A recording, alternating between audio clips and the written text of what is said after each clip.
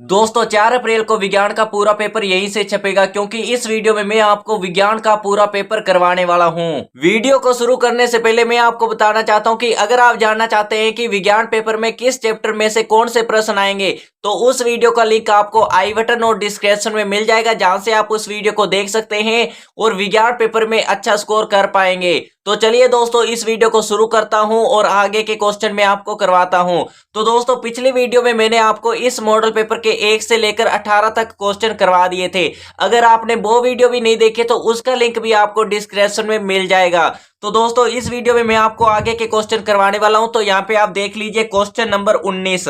तो दोस्तों इसमें क्या कहा है कि शोर व संगीत में दो दो अंतर बताइए। एक शोर है, यहाँ पे संगीत है, इनमें आपको दो अंतर बताने हैं। यहाँ पे पहला अंतर अप्रिय ध्वनियां शोर कहलाती है जबकि प्रिय ध्वनियां संगीत कहलाती है। चलिए दूसरा अंतर देखते हैं। यहाँ पे दूसरा अंतर क्या है कि शोर कष्टप्रद होता है जबकि संगीत सुखद होता है। क्वेश्चन नंबर 20 विद्युत लेपन दर्शाता हुआ सरल परिपथ का नामांकित चित्र बनाइए। तो दोस्तों डायग्राम से रिलेटेड मैंने एक वीडियो बनाई हुई है जिसमें मैंने बताया कि आपके एग्जाम में कौन से डायग्राम पूछे जाएंगे, क्योंकि डायग्राम आपके 22 नंबर के आते हैं। 6 क्वेश्चन आपके डायग्राम के पूछे जाएंगे तो इंपॉर्टेंट है, इसलिए आप उस वीडियो को देखिए, उसका लिंक भी आपको डिस्क्रिप्शन में मिल जाएगा। यहाँ पे लगानी है तांबे की प्लेट, यहाँ पे कॉपर सल्फेट का विलयन। आपको सिर्फ ये पॉइंट याद रखने हैं भी तांबे की प्लेट कौन सी है, कॉपर सल्फेट का विलयन कौन सा है, क्योंकि चित्र में आपको मेन पॉइंट याद रखने हैं। तो दोस्तों उस वीडियो को देख लेना। यहाँ पे मैं क्वेश्चन आगे करवाता हूँ। यहाँ पे क्वेश्चन नंबर 21 जिसमें आपको कहा है कि कृत्रिम उपग्रह हमें कई प्रकार की जानकारियां प्राप्त होती है, कोई दो जानकारियां लिखिए। तो दोस्तों ये वाला पूरा पेपर इंपॉर्टेंट है, तो इस वीडियो को आप पूरा देख लेना। तो यहाँ पे पहली जानकारी, कृत्रिम उपग्रह से हमें मौसम संबंधी जानकारी प्राप्त होती है। तो चलिए हम आगे दूसरा पॉइंट देखते हैं। यहाँ पे दूसरा पॉइंट है कि कृत्रिम उपग्रह से सुदूर संवेदन प्राप्त किया जा सकता है। तो चलिए दोस्तों आगे हम क्वेश्चन देखते हैं। यहाँ पे क्वेश्चन नंबर 22 है जिसमें आपको कहा है कि आप अपने घर में गेहूं का भंडारण करना चाहते हैं, इसके लिए आप क्या क्या तैयारियां करेंगे, लिखिए। तो दोस्तों अगर आप गांव में रहते हैं तो आप सभी को पता होगा कि गेहूं का भंडारण करने के लिए यानी आपके पास कोई टैंक है, उसमें अगर आप गेहूं रखेंगे तो उसमें आपको क्या करना होगा ताकि गेहूं को कीट या फिर सूक्ष्म जीवी या फिर ऐसी समस्या ना आए कि गेहूं आपका खराब हो जाए। तो चलिए हम जानते हैं। यदि हमें गेहूं के दानों को घर में अधिक समय तक सुरक्षित रखना होगा तो इसके लिए हम निम्न तैयारियां करेंगे। पहला, भंडारण से पहले दानों को धूप में सुखाएंगे जिससे उनकी नमी में कमी आ जाए, जिससे उनकी कीट पीड़कों जीवाणु एवं कवक से सुरक्षा हो जाती है। तो दोस्तों यह तो आप सभी को पता होगा। दूसरा क्या है कि इन्हें भंडारित करने के लिए लोहे या अन्य धातु के ड्रम का उपयोग करेंगे। तीसरा पॉइंट, अनाज रखने वाले ड्रम में नीम की सूखी पत्तियां रखेंगे जिससे अनाज के पीड़कों एवं सूक्ष्म जीवों को सुरक्षित रखा जा सके। तो दोस्तों अगर आप गांव में रहते हो तो आप कमेंट में जरूर बताएं कि सर मैं भी गांव में रहता हूं और मुझे इनके बारे में पता है। तो चलिए हम नेक्स्ट क्वेश्चन को देखते हैं। यहाँ पे आपको क्वेश्चन अथवा में दिया गया है, फिर भी मैं आपको करवाऊंगा क्योंकि इन दोनों क्वेश्चनों में से एक क्वेश्चन आपके एग्जाम में पूछा जाएगा। तो दोस्तों यहाँ पे क्वेश्चन क्या है कि जहां सिंचाई जल की कमी हो वहां आप सिंचाई को कौन सी विधि का उपयोग करेंगे, सिंचाई विधि का चित्र बनाइए। तो दोस्तों जहां सिंचाई जल की कमी हो वहां ड्रिप तंत्र विधि का उपयोग करेंगे। सिंपली आपको इस तरह एक डायग्राम बनाना है इसका और यहाँ पे नाम लिख देना है। तो चलिए हम आगे क्वेश्चन को देखते हैं। तो दोस्तों यहाँ पे क्वेश्चन नंबर 23 है जिसमें आपको पूछा गया है कि धातु व अधातु गुणों के आधार पर कोई 4 अंतर। तो दोस्तों 100% ये आपके एग्जाम में आने वाला है। तो दोस्तों इस क्वेश्चन को आप रट के जाना। तो दोस्तों यहाँ पे क्वेश्चन देखते हैं इसका आंसर। यहाँ पे धातु और अधातु इस तरह आपको एक बॉक्स बनाया हुआ आएगा, सिंपली आपको इसमें अंतर लिखने हैं। धातु चमकदार होती है, अधातु मलिन होती है। धातु एगातवर्त्य होती है और अधातु एगातवर्त्य नहीं होती। सिंपली उसका उल्टा है, ये तो आप आसानी से एक का याद कर लेना, दूसरा आपको याद हो जाएगा। धातु ध्वनिक होती है, अधातु ध्वनिक नहीं होती। धातु ऊष्मा तथा विद्युत की सुचालक होती है, अधातु ऊष्मा तथा विद्युत की कुचालक होती है। सिंपली नॉर्मली ये इसे आप आसानी से कर लेंगे। तो चलिए हम आगे क्वेश्चनों को देखते हैं।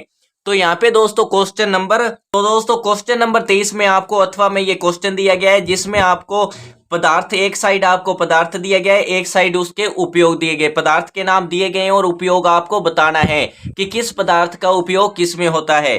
तो गोल्ड का उपयोग होता है आभूषण बनाने में, कॉपर का उपयोग होता है बिजली की तार बनाने में, आयरन का उपयोग होता है मशीनें बनाने में, मरकरी का उपयोग होता है थर्मामीटर बनाने में। सिंपली आप इस तरह याद रखना। तो चलिए आगे क्वेश्चन देखते हैं। यहाँ पे क्वेश्चन नंबर 24 है, जिनमें मानव नेत्र की संरचना नामांकित। तो दोस्तों ये क्वेश्चन इंपॉर्टेंट है, मानव नेत्र से संबंधित आपसे जरूर क्वेश्चन पूछा जाएगा। तो दोस्तों इस डायग्राम के बारे में मैंने आपको पिछली वीडियो में बता दिया है, जिसमें मैंने सभी डायग्राम के बारे में बात की थी कि कौन से डायग्राम आपके एग्जाम पेपर में आएंगे। वो वीडियो आप देख लेना, उसमें मैंने बताया हुआ है। तो चलिए यहाँ पे क्वेश्चन नंबर आगे देखते हैं। क्वेश्चन नंबर 24 का वह है, ट्रैफिक पुलिस से आप सड़क सुरक्षा संबंधी कौन से 2 प्रश्न पूछेंगे, लिखिए। तो दोस्तों यहाँ पे भी आप ट्रैफिक पुलिस से कौन से 2 प्रश्न पूछेंगे सुरक्षा से संबंधित, वो हमें बताना है। यहाँ पे पहला प्रश्न हम पूछेंगे, सड़क सुरक्षा से संबंधित नियमों का पालन नहीं करने पर क्या क्या दुष्परिणाम हो सकते हैं। और दूसरा है, सड़क पर दुपहिया वाहन चलाते समय हमें किन बातों का ध्यान रखना चाहिए। ये 2 क्वेश्चन हम पुलिस से पूछेंगे। तो यहाँ पे इसके अथवा में क्वेश्चन दिया गया है आपको, जिसका है आपतन कोण तथा परावर्तन कोण बराबर होते हैं, इसे चित्र द्वारा दर्शाइए। तो यहाँ पे आप डायग्राम देख सकते हैं कि आपतन कोण और यहाँ पे आपतन कोण, यहाँ पे परावर्तन कोण दिया गया, यहाँ पे ये अभिलंब है। और परावर्तन कोण को R से दर्शाते हैं और आपतन कोण को I से दर्शाते हैं। सिंपली इस तरह बताना है। आगे चलिए क्वेश्चन देखते हैं। यदि आपके पिताजी को धुंध में गाड़ी चलानी पड़ती है, सड़क सुरक्षा हेतु आप उनसे कौन से 2 प्रश्न पूछना चाहेंगे। यहाँ पे पहला हम प्रश्न पूछेंगे, धुंध में आप गाड़ी की खिड़कियों के शीशे कैसे साफ रखेंगे, ये वाला। और दूसरा हम प्रश्न यहाँ पर पूछेंगे। तो दोस्तों पूरा प्रश्न है, यानी आपके एग्जाम में विज्ञान के 24 प्रश्न आते हैं, तो मैं आपको 24 के 24 प्रश्न करवाने वाला हूं। तो इस वीडियो को लाइक जरूर करना। तो यहाँ पे हम दूसरा प्रश्न पूछेंगे, धुंध में आपकी गाड़ी सामने आ रहे और पीछे से आ रहे वाहन को दिखाई दे, इसके लिए आप क्या करेंगे। तो दोस्तों ये क्वेश्चन पूछेंगे। तो आगे यहाँ पे क्वेश्चन नंबर 25 है, जिसमें शुद्ध जल व अशुद्ध जल की पहचान कैसे करेंगे। शुद्ध जल स्वच्छ, पारदर्शी, गंध रहित, सूक्ष्म जीवों व रोग जनकों से मुक्त होता है, जबकि अशुद्ध जल गंदा, अपारदर्शी, दुर्गंध युक्त, सूक्ष्म जीवों युक्त होता है। तो दोस्तों आसानी से आप इनका जवाब दे देंगे। यहाँ पे क्वेश्चन नंबर ब है, 25 का क्वेश्चन नंबर ब, स्वच्छता संबंधी 2 बातें लिखिए जो आपको पसंद है। पहला, शौच जाने के बाद साबुन से हाथ धोना चाहिए। और दूसरा यहाँ पे है, दिन में 2 बार दांतों को ब्रश करना चाहिए। अथवा में आपको क्वेश्चन दिया गया है, जिसमें आपको बताना है शुद्ध और अशुद्ध हवा में क्या अंतर है।